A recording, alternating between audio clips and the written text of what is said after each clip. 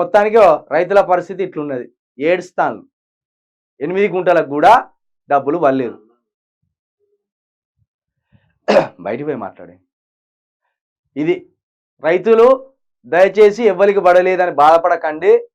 చూద్దాం సంక్రాంతి అయిపోయినాక అంటాను. మరి ఒకవేళ సంక్రాంతి అయిపోయినాక కూడా పడకపోతే ప్రగతి భవన్ ఎంతో దూరం లేదు, అంబేద్కర్ గారి స్టాచ్యూ దగ్గర పోర్రి, మహాత్ముడికి ఒకసారి దండం పెట్టుకోర్రి, మెల్లగా రార్రి, ప్రగతి భవన్లో ఉంటాడు. ఫస్ట్ బట్టి విక్రమార్కకు సంబంధించి పోయి అయ్యా రైతు బంధు పడ్డాయని మెసేజ్లు వచ్చినాయి, ఎందుకు రాలేదు, మరి పైసలు మీరు తిన్నారా మీ కాంట్రాక్టర్లు తిన్నారా అని అడిగి అక్కంచెలు రేవంత్ రెడ్డి అడ్రస్ చెప్పు సారా అని అడిగి రేవంత్ రెడ్డి దగ్గరికి పోయి రేవంత్ రెడ్డి భరతం పట్టాలి.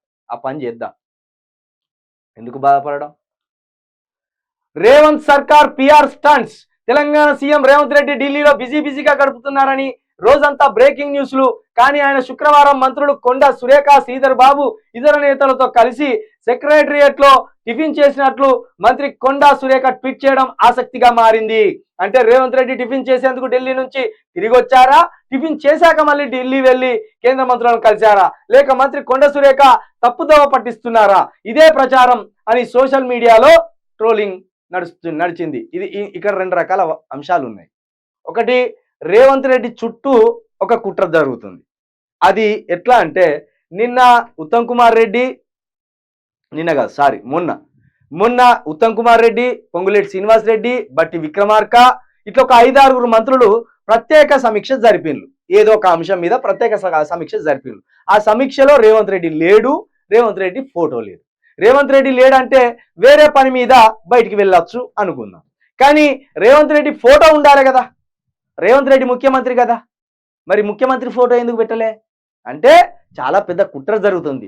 రేవంత్ రెడ్డిని 6 నెలల్లో ఎట్టి పరిస్థితిలో దించిపడేయాలని చూస్తాను. ఎందుకంటే రేవంత్ రెడ్డి ఏం చేస్తాడు, అసలైన కాంగ్రెస్ నేతలకు అవకాశం ఇస్తలేడు. నిన్న చూసిండ్రు కదా మీరు, అదానికి సంబంధించిన గ్రూపును తీసుకొచ్చి ఇక్కడ పెట్టుబడులు పెట్టించింది. అదే విధంగా ఇక్కడ తెలుగుదేశానికి సంబంధించిన ఏపీ లీడర్ ఉన్నాడు కదా, ఎవరు గల్లా జయదేవ్, ఆయనకు సంబంధించి ఒక రెడ్ కార్పెట్ పరిచి అక్కడ ఆయనకు కొన్ని కాంట్రాక్టులు ఇస్తాను. మరి ఇక్కడ రేవంత్ రెడ్డిని నమ్ముకొని 100 కోట్లు ఖర్చు పెట్టుకున్న కొండా సురేఖ గారు కాంట్రాక్ట్ చేస్తారు, మరి పొంగులేటి శ్రీనివాస్ రెడ్డి గారు కాంట్రాక్ట్ చేస్తారు, ఉత్తమ్ కుమార్ రెడ్డి గారికి కాంట్రాక్టులు ఉన్నాయి.